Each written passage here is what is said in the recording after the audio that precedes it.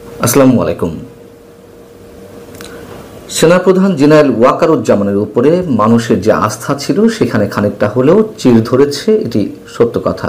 কিন্তু এর চেয়েও চরম সত্য কথা, সেনাপ্রধান প্রায় 5 মাস আগে যে আশঙ্কার কথা আমাদেরকে শুনিয়েছিলেন, যে সন্দেহ সংশয় প্রকাশ করেছিলেন, সম্ভবত বাংলাদেশ সেই ভয়ঙ্কর দিকে যেতে চলেছে।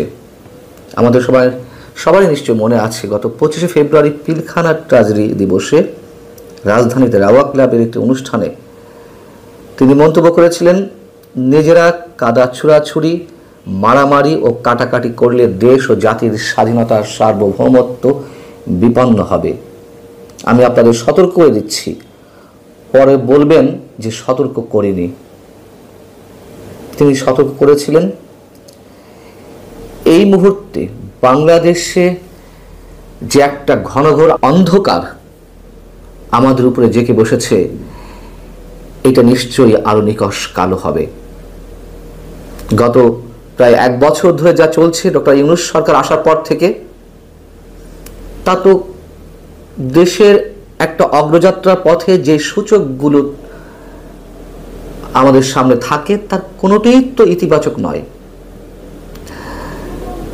আওয়ামী লীগ এমনিতেই মাইনাস হয়ে গেছে, এখন বিএনপিকে মাইনাস করার জোর প্রচেষ্টা, সেই ষড়যন্ত্র চলছেই। এবং 111-এর সময় যে -2 ফর্মুলার কথা আমরা জানতাম, সেটি ছিল 2 দলের 2 নেত্রীকে মাইনাস করা। এখন প্রধান বৃহৎ 2 রাজনৈতিক দলকে মাইনাস করা। বৃহৎ 2 রাজনৈতিক দলকে মাইনাস করার মাধ্যমে যদি কোনো ধরনের শুভ শক্তির সূচনা ঘটত, আমাদের মেনে নিতে কোনো সমস্যা ছিল না। কিন্তু কি দেখতে পাচ্ছি আমরা?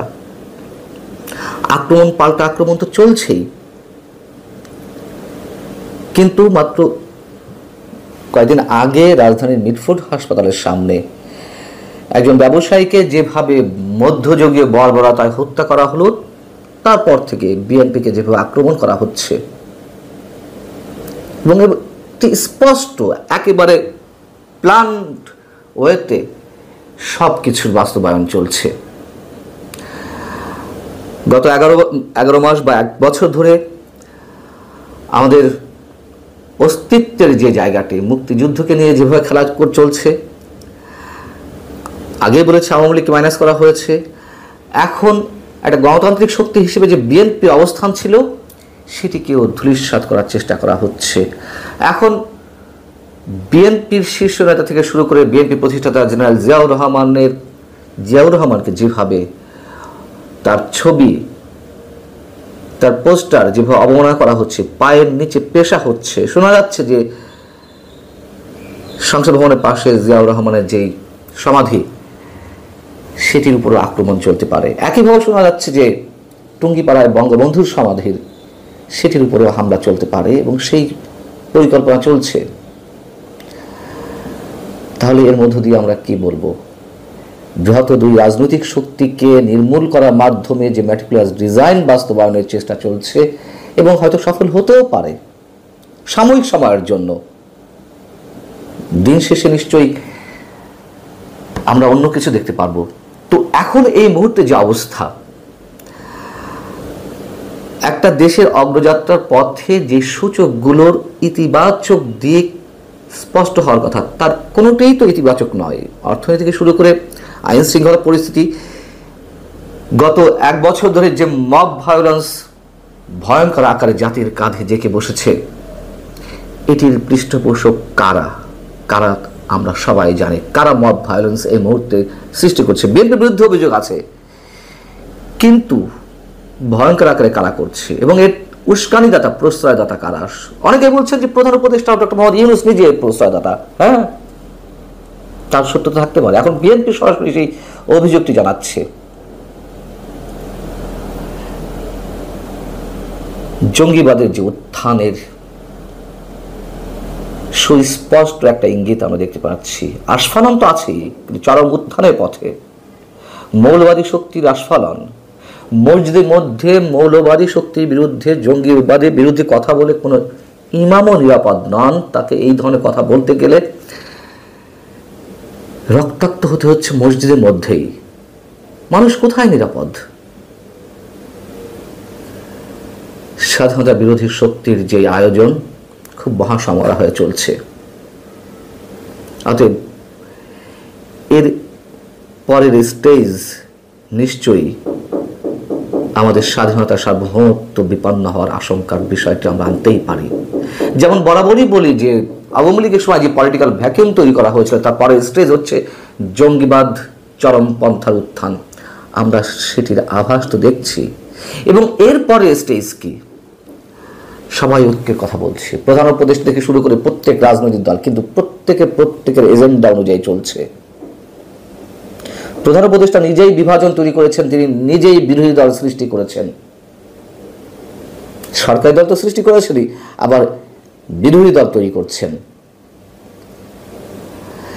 একটা অকার্যকর রাষ্ট্রের দিকে এগিয়ে যাচ্ছে বাংলাদেশ, একটা ব্যর্থ রাষ্ট্রের দিকে এগিয়ে যাচ্ছে। এবং এই ব্যর্থতায়, এই অকার্যকরতার মধ্য দিয়েই পরাশক্তিগুলোর খেলার একটা উর্বর ভূমির হিসেবে তৈরি হয় সেই ভূখণ্ড। ডিপ স্টেটে খেলা খুব জোরে সোরে চলছে, এটি তো আর এখন আমাদের কারোর মুখের কথা নয়, তার যথেষ্ট প্রমাণ পাওয়া যাচ্ছে।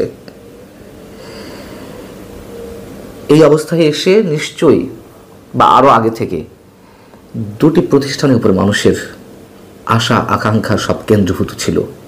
একটি হচ্ছে রাজনৈতিক শক্তি, সেটি নিঃসন্দেহে বিএনপি যে দায়িত্বশীলতা ছিল সেই দায়িত্বশীলতা তারা নিশ্চয়ই সেভাবে পালন করতে পারেনি। বারবার ট্রাপে পা দিয়েছে সরকারের, ভবিষ্যতে বোধহয় আরো দেবে।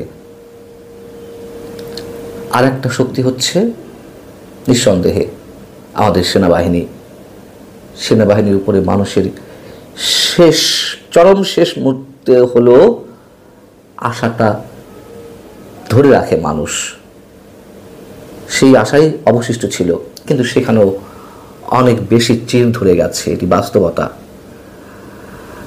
যেহেতু সেনাবাহিনীর সদস্যরা ম্যাজিস্ট্রেসি পাওয়ার নিয়ে রাজপথে আছেন, তারপরেও কিছু দেখছে না মানুষ।